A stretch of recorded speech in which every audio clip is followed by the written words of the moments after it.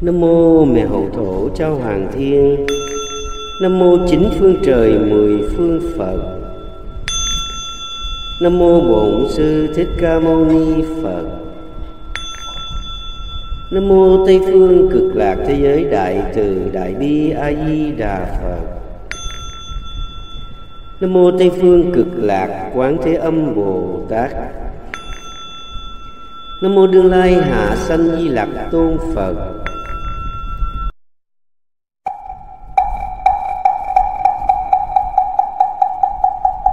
Tình Pháp Dâm Ram Om Di Dâm Om Mani Papi Om Chale Chule Chumle Swaha Om Ram Ram Di Dâm Mani Papi Om Chale Chule Chumle Swaha Om Ram Om Di Dâm Om Mani Papi Om Chale Chule Chumle Swaha Om Ram Ram Di Dâm Mani Papi Om Chale Chule Chumle Swaha Om Ram Ram Di Dâm Mani Papi Om Chale Chule Chumle Swaha Om Ram Om Di Dâm Om Mani Papi Om Chale Chule Chumle Swaha Om Ram Ram Di Dâm Om Mani Papi Om Chale Chule Chumle Swaha Om Ram Ram Di Dâm Mani Papi Om Chale Chule Chumle Swaha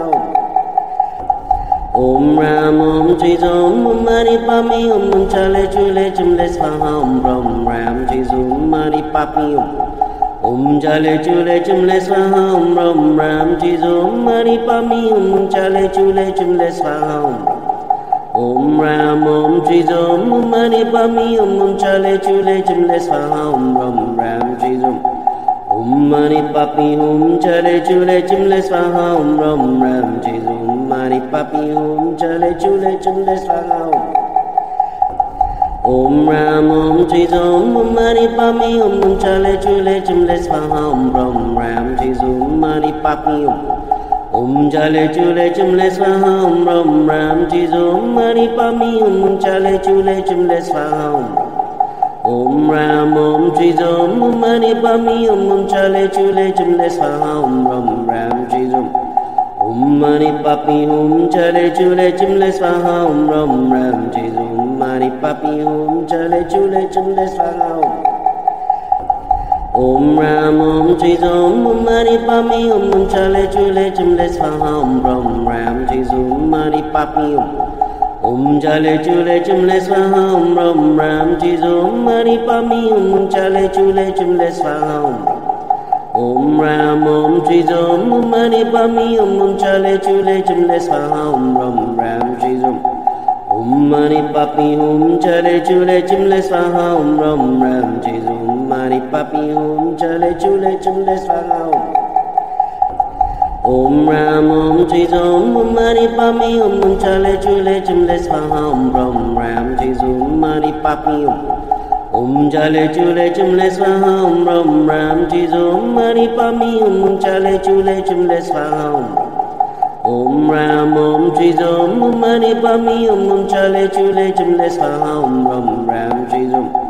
Om Mani Papi Om Chale Chule Chumle Swaha Om Ram Ram Di Dâm Mani Papi Om Chale Chule Chumle Swaha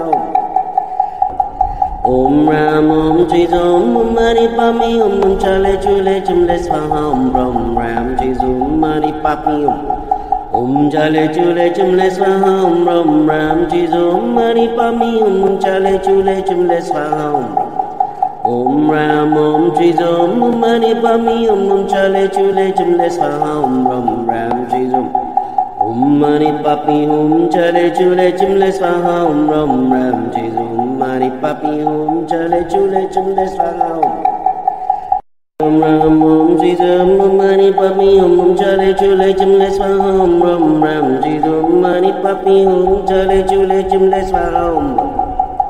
Om Ram Om Di Dâm Om Mani Papi Om Chale Chule Chumle Swaha Om Ram Ram Di Dâm Mani Papi Om Chale Chule Chumle Swaha Om Ram Ram Di Dâm Mani Papi Om Chale Chule Chumle Swaha Om Ram Om Di Dâm Om Mani Papi Om Chale Chule Chumle Swaha Om Ram Ram Di Dâm Om Mani Papi Om Chale Chule Chumle Swaha Om Ram Ram Di Dâm Mani Papi Om Chale Chule Chumle Swaha Om Ram Om Tri Om Om Mani Pami Om Chale Chule Swaha Om Ram Ram Tri Om Mani Papi Om Chale Chule Swaha Om Ram.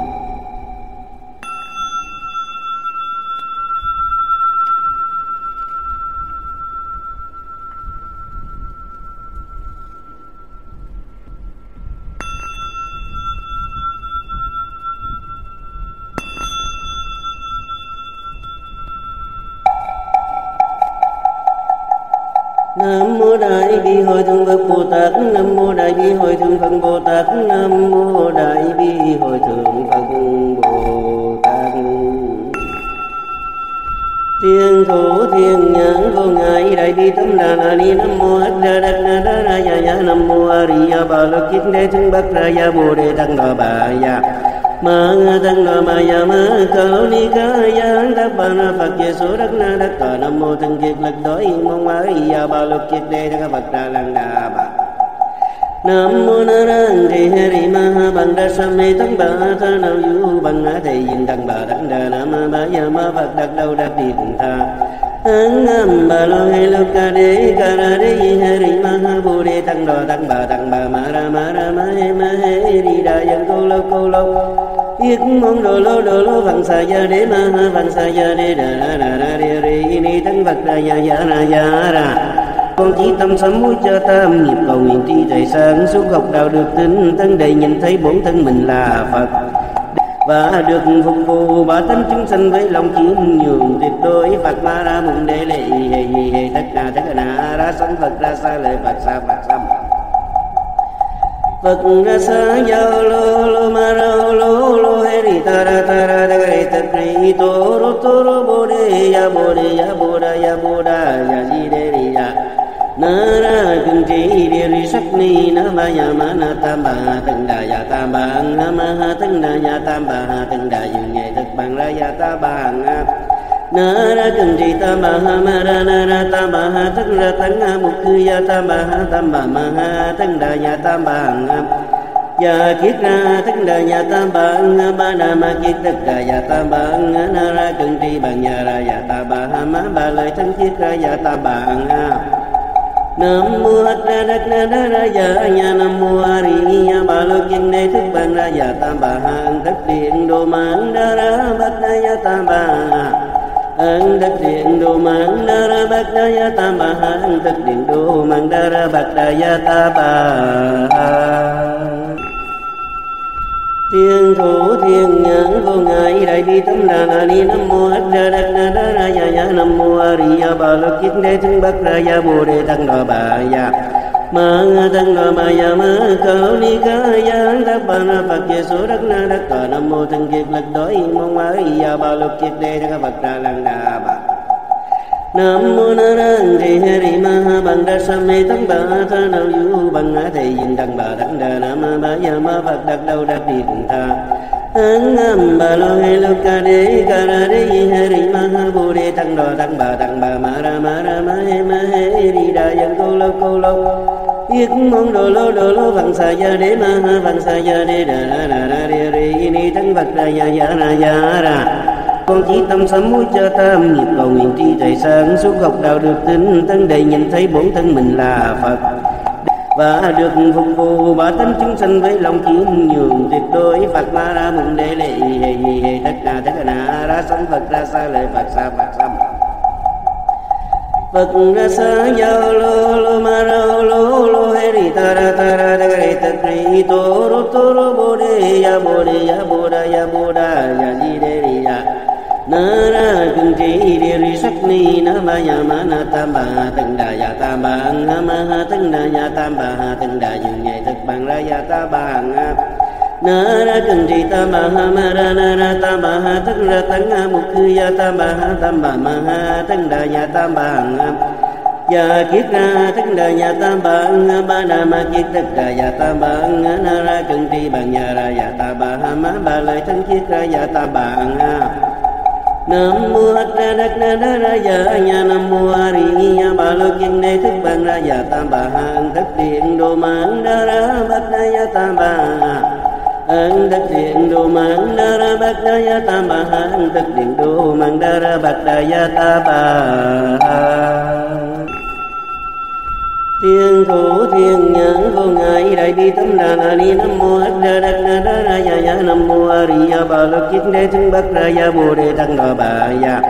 ma tăng đà ma ya ma cao ni ca ya đắc ba na phật về số đắc na đắc cờ nam mô thân kiệt lực đối mong a ri ya ba lô kiết đế thân phật ra lăng đà bà. Nam mô Na Ra Di Hari Ma Bằng Đa Sa Mê Tăng Bà Tha Đạo Yu Bằng Á Thầy Dinh Đăng Bà Đăng Đà Nam Ba Ya Ma Phật Đắc Đầu Đắc Đi Đừng Tha An Am Bà Lô Hay Lô Ca Đế Ca Ra Đế Di Hari Ma Bồ Đề Tăng Đò Tăng Bà Ma Ra Ma He Đi Đà Dân Cô Lô Yết Mong Đồ Lô Phẳng Sa Ya Đế Ma Phẳng Sa Ya Đế Đà Đà Ri Ni Tăng Phật Ra Ya Ra. Con chỉ tâm sám hối cho tam nghiệp cầu nguyện tri trời sáng suốt học đạo được tin tân đầy nhìn thấy bổn thân mình là Phật và được phục vụ ba tánh chúng sanh với lòng khiêm nhường tuyệt đối. Phật Ma Ra mừng đệ lệ tất cả ra sống Phật ra xa lời Phật xa Phật ra xa giao lô ma ra lô he ri ta ra ta re ta kri to ro bồ đề ya bồ đà ya di đề ri ya na ra cung chỉ địa ri sắc ni na ba ya ma na tam ba tăng đà ya tam ba ha ma ha tăng đà ya tam ba ha tăng đà dừng nhẹ thực bằng ra ya ta ba ha na ra cung chỉ tam ba ha ma ra na ra tam ba ha tăng ra tăng ha mục cư ya tam ba ma ha tăng đà ya tam ba ha ya kiết ra tăng đà ya tam ba ba đà ma kiết tất đà ya tam ba na ra cung chỉ bằng ya ra ya ta ba ha ma ba lời thân kiết ra ya ta ba ha. Nam mô A Ra Đắc Na Đa Ra Ya Nha Nam mô A Ri Ya Ba Lô Kiên Đế Thức Bằng Ra Ya Tam Bà Ha Ấn Thức Điện Đô Mạng Đa Ra Bát Đa Ya Tam Bà Ha Ấn Thức Điện Đô Mạng Đa Ra Bát Đa Ya Tam Bà Ha Ấn Thức Điện Đô Mạng Đa Ra Bát Đa Ya Ta Bà Ha. Thiên thủ thiên nhãn vô ngại đại bi tâm đà na ni nam mô a đa đắc na đa ra ya ya nam mô a ri ya ba lô kiết đế thân bắc ra ya bồ đề tăng đà bà ya ma tăng đà ma ya ma cao ni ca ya đắc ba na phật về số đắc na đắc cờ nam mô thân kiệt lực đối mong a ri ya ba lô kiết đế thân phật ra lăng đà bà. Nam mô Na Ra Di Hari Ma Bằng Đa Sa Mê Tăng Bà Tha Đạo Yu Bằng Á Thầy Dinh Đăng Bà Đăng Đà Nam Ba Ya Ma Phật Đắc Đầu Đắc Đi Đừng Tha An Am Bà Lô Hay Lô Ca Đế Ca Ra Đế Di Hari Ma Bồ Đề Tăng Đò Tăng Bà Ma Ra Ma He Đi Đà Dân Cô Lô Yết Mong Đồ Lô Phẳng Sa Ya Đế Ma Phẳng Sa Ya Đế Đà Ri Ni Tăng Phật Ra Ya Ra. Con chỉ tâm sám hối cho tam nghiệp cầu nguyện tri trời sáng suốt học đạo được tin tân đầy nhìn thấy bổn thân mình là Phật và được phục vụ ba tánh chúng sanh với lòng khiêm nhường tuyệt đối. Phật Ma Ra mừng đệ lệ tất cả ra sống Phật ra xa lời Phật xa Phật ra xa giao lô ma ra lô he ri ta ra re ta kri to ro bồ đề ya bồ đà ya di đề ri ya na ra cung chỉ địa ri sắc ni na ba ya ma na tam ba tăng đà ya tam ba ha ma ha tăng đà ya tam ba ha tăng đà dừng nhẹ thực bằng ra ya ta ba ha na ra cung chỉ tam ba ha ma ra na ra tam ba ha tăng ra tăng ha mục cư ya tam ba ma ha tăng đà ya tam ba ha ya kiết ra tăng đà ya tam ba ba đà ma kiết tất đà ya tam ba na ra cung chỉ bằng ya ra ya ta ba ha ma ba lời thân kiết ra ya ta ba ha. Nam mô A Ra Đắc Na Đa Ra Ya Nha Nam mô A Ri Ya Ba Lô Kiên Đế Thức Bằng Ra Ya Tam Bà Ha Ấn Thức Điện Đô Mạng Đa Ra Bát Đa Ya Tam Bà Ha Ấn Thức Điện Đô Mạng Đa Ra Bát Đa Ya Tam Bà Ha Ấn Thức Điện Đô Mạng Đa Ra Bát Đa Ya Ta Bà Ha. Thiên thủ thiên nhãn vô ngại đại bi tâm đà na ni nam mô a đa đắc na đa ra ya ya nam mô a ri ya ba lô kiết đế thân bắc ra ya bồ đề tăng đà bà ya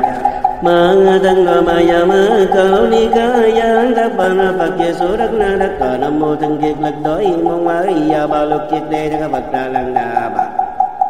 Nam mô Na Ra Di Hari Ma bằng đa sa mê tăng bà tha nào yu bằng á thầy dừng đăng bà đăng đà nam ma ba ya ma phật đắc đâu đắc đi cùng tha tăng âm bà lo hay lo ca ra đế yi hari ma ha bồ đề tăng đò tăng bà ma ra ma he đi đà dân câu lâu biết mong đồ lô phẳng sa ya đế ma ha phẳng sa ya đế đà ra re ni tăng phật ra ya ra con chỉ tâm sám hối cho tam nghiệp cầu nguyện tri trời sáng suốt học đạo được tin thân đầy nhìn thấy bổn thân mình là Phật và được phục vụ ba tánh chúng sanh với lòng khiêm nhường tuyệt đối. Phật ma ra mùng đế lệ hề tất na ra sanh Phật ra sa lời Phật sa Phật ra sa yo lo ma ra lo he ri ta ra ta re ta kri to ro bo de ya bo da ya ji de ri ya na ra kun chi di ri sắc ni na ma ya ma na tam ba từng đà ya tam ba ha ma ha từng đà ya tam ba ha từng đà dừng nhẹ thực bằng ra ya ta ba na ra kun chi tam ba ha ma ra na ra tam ba ha từng ra tăng ha mục khư ya tam ba ma ha từng đà ya tam ba ya kiết ra từng đà ya tam ba đà ma kiết tất đà ya tam ba na ra kun chi bằng ya ra ya ta ba ha ma ba lại thân kiết ra ya ta ba Nam mô A Di Đà Ra Ya Nha Nam mô A Ri Ya Ba Lô Kiên Đế thức bằng ra ya tam bà hạng thức điện đồ mạng đa ra bát đa ya tam bà hạng thức điện đồ mạng đa ra bát đa ya tam bà hạng thức điện đồ mạng đa ra bát đa ya tam bà Thiên thủ thiên nhãn vô ngại đại bi tâm đà na ni nam mô A Di Đà Ra Ya Nam mô A Ri Ya Ba Lô Kiết Đế Thân Bắc Ra Ya Bồ Đề Tăng Đà Bà Ya Ma Tăng Đà Ma Ya Ma Cao Ni Ca Ya Đắc Ba Na Phật Giê Số Đắc Na Đắc Cờ Nam mô Thân Kiệt Lực Đối Mong A Ri Ya Ba Lô Kiết Đế Thân Phật Ra Lăng Đà Bà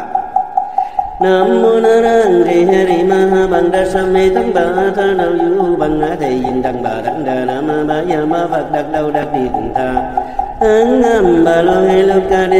ra đế yi hari ma ha bồ đề tăng đò tăng bà ma ra ma he đi đà dân câu lâu biết mong đồ lô phẳng sa ya đế ma ha phẳng sa ya đế đà ra re ni tăng Phật ra ya ra con chỉ tâm sám hối cho tam nghiệp cầu nguyện tri trời sáng suốt học đạo được tin thân đầy nhìn thấy bổn thân mình là Phật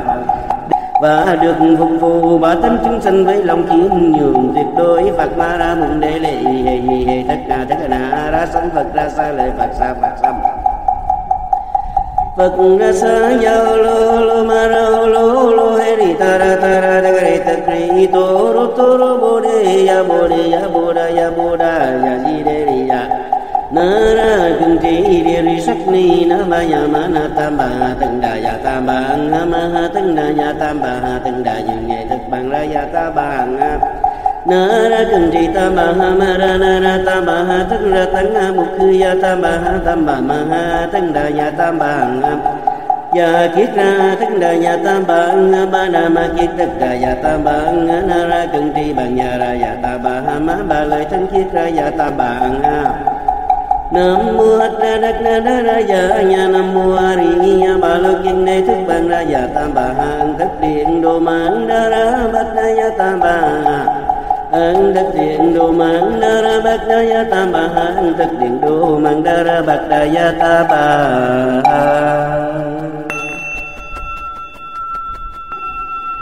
Thiên thủ thiên nhãn vô ngại đại bi tâm đà na ni nam mô A Di Đà Ra Ya Nam mô A Ri Ya Ba Lô Kiết Đế Thân Bắc Ra Ya Bồ Đề Tăng Đà Bà Ya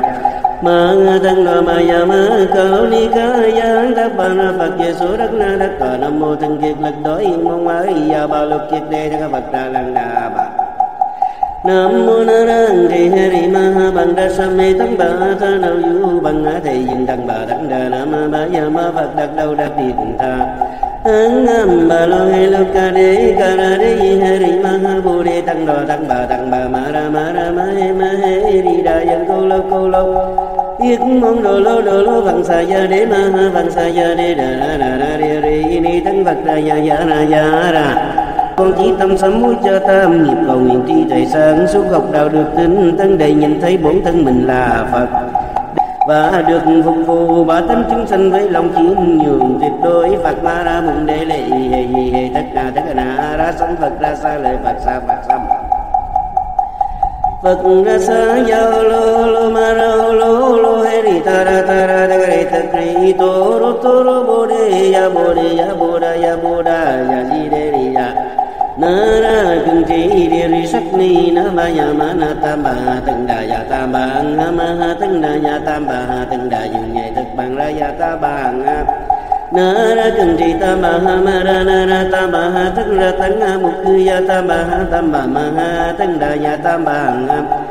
ya kiết ra tất đà ya tam bang ba đà ma kiết tất đà ya tam bang na ra cung tri bằng ya ra ya ta ba ha ma ba lời thân kiết ra ya ta bang nam mô a ra đắc na đa ra ya nha nam mô a ri ya ba lo kiên đề thức bằng ra ya tam ba ha tất điện đồ mang đa ra bát đa ya tam ba an tất điện đồ mang đa ra bát đa ya tam ba ha tất điện đồ mang đa ra bát đa ya ta ba. Thiên thủ thiên nhãn vô ngại đại bi tâm đà ni nam mô a ra đắc na đa ra ya nam mô a ri ya ba lo kiết đề thân bát ra ya bồ đề tăng đà bà ya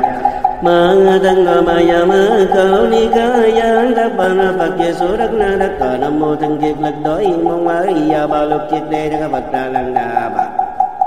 Nam mô na ra ri he ri ma ha bằng đa sam mê tăng bà tha nào yu bằng a thầy dinh tăng bà tăng đà nam ma ba ya ma Phật đắc đâu đắc đi cùng tha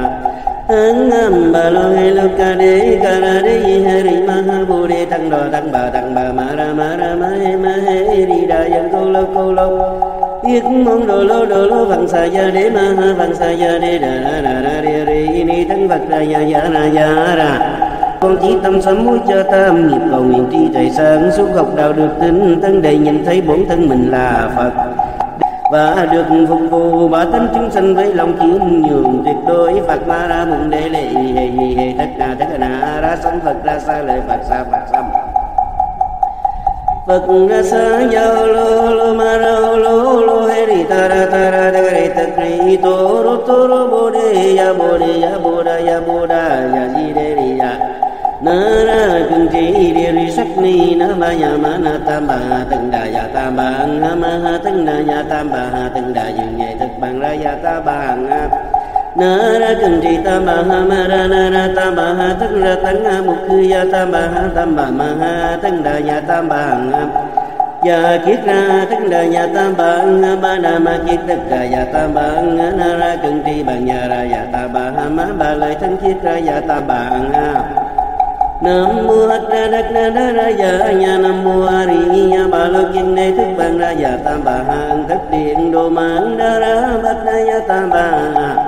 an tất điện đồ mang đa ra bát đa ya tam ba ha tất điện đồ mang đa ra bát đa ya ta ba.